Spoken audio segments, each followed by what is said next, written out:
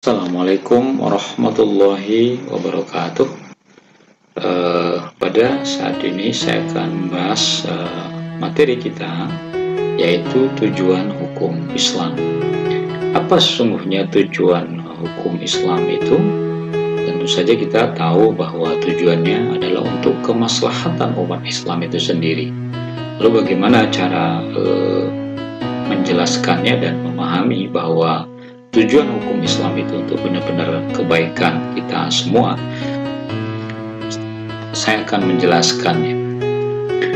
Hukum Islam, apa sesungguhnya hukum Islam itu? Hukum Islam atau syariat Islam adalah sistem kaidah-kaidah yang didasarkan pada wahyu Allah dan sunnah Rasul mengenai tingkah laku mukallaf atau orang yang dapat dibebani kewajiban yang diakui dan diyakini, yang mengikat bagi semua pemeluknya. Jadi hukum Islam itu adalah sistem yang didasarkan pada Al-Quran, pada sunnah Rasul bagi orang yang tentu saja sudah punya tanggung jawab, ya sudah mukallaf dan dibebani ya, untuk melakukannya, yang sifatnya hukum Islam itu mengikat bagi pemeluk Islam itu sendiri. Hukum Islam juga adalah syariat ya, yang berarti aturan yang diadakan oleh Allah untuk umatnya, yang dibawa oleh seorang nabi, khususnya Nabi Muhammad, baik hukum yang berhubungan dengan kepercayaan, itu akidah, maupun hukum yang berhubungan dengan amaliyah, perbuatan yang dilakukan umat muslim secara keseluruhan. Lalu apa tujuan hukum Islam itu? Tentu saja tujuan hukum Islam itu mencegah kerusakan pada manusia dan mendatangkan kemaslahatan bagi manusia, mengarahkan manusia kepada kebenaran untuk mencapai kebahagiaan hidup di dunia maupun di akhirat, dengan jalan mengambil segala manfaat yang bermanfaat dan mencegah atau menolak yang mudarat, dengan jalan yang tidak berguna bagi hidup maupun kehidupan manusia. Nah, jadi kita tahu bahwa tujuan hukum Islam itu sangat baik untuk kita, yaitu untuk mendatangkan kemaslahatan atau kebaikan, mengarahkan kepada kebenaran, dan agar kita bisa mencapai kebahagiaan hidup. Dan kebahagiaan hidup yang dimaksud di sini bukan hanya kebahagiaan di dunia, tentu juga kebahagiaan di akhirat. Lalu dua segi tujuan hukum Islam. Tujuan hukum Islam tersebut ya bisa kita lihat dari dua segi. Yang pertama dari segi pembuat hukum Islam itu sendiri, yaitu Allah dan Rasul-Nya. Allah sebagai pembuat hukum tentu ada dalam Al-Quran sebagai firman-Nya.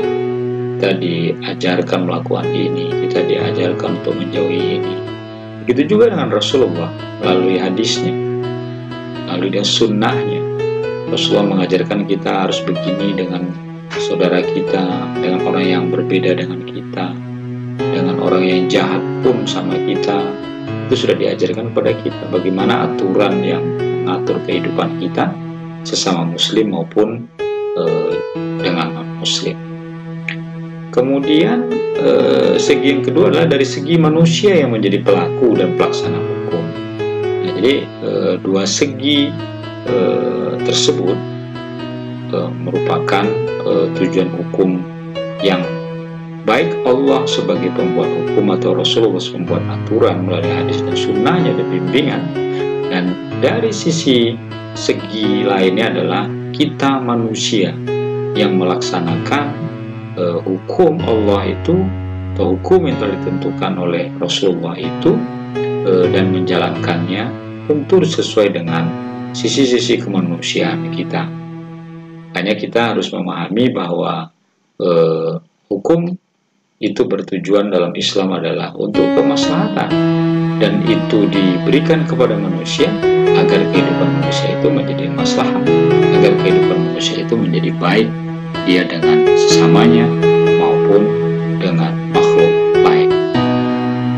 tujuan hukum Islam menurut Asy-Syatibi dalam pandangannya yang dia terkenal dengan Maqasidus Syariah, yaitu tujuan hukum Islam itu menurut beliau paling tidak ada 5. Yang pertama adalah memelihara agama, yang kedua adalah memelihara jiwa, yang ketiga memelihara akal, dan yang keempat adalah memelihara keturunan, sedangkan yang terakhir adalah memelihara harta.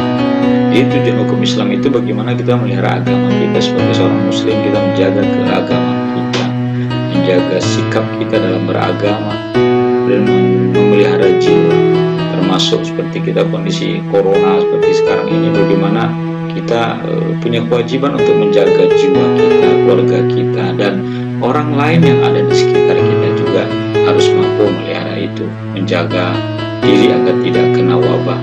Disiplin misalnya pakai masker, disiplin cuci tangan, disiplin menghindari kerumunan, disiplin mengikuti protokol kesehatan, dan memelihara akal.